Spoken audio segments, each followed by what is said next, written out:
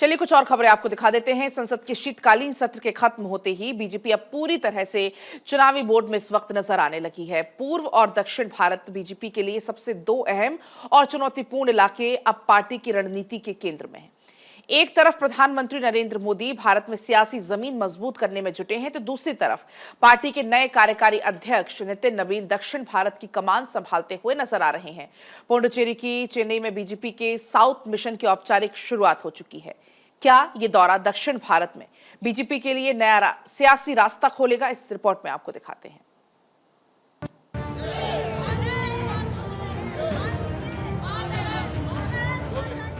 संसद के शीतकालीन सत्र की समाप्ति के साथ ही भारतीय जनता पार्टी ने साफ संकेत दे दिए हैं कि अब संगठन और सरकार दोनों चुनावी रणनीति के अगले चरण में प्रवेश कर चुके हैं।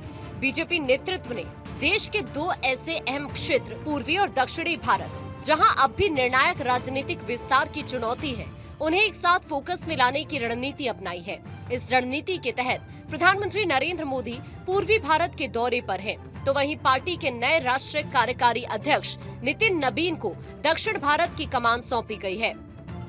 दूसरी तरफ बीजेपी के राष्ट्रीय कार्यकारी अध्यक्ष बनने के बाद नितिन नबीन का पुडुचेरी और चेन्नई दौरा पार्टी की दक्षिण भारत रणनीति का एक अहम पड़ाव माना जा रहा है।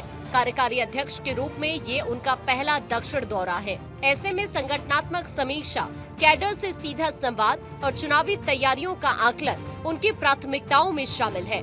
पार्टी के भीतर नितिन नबीन को एक ऐसे संगठनात्मक नेता के तौर पर देखा जा रहा है जो फैसलों को तेजी से जमीन पर उतारने की क्षमता रखते हैं।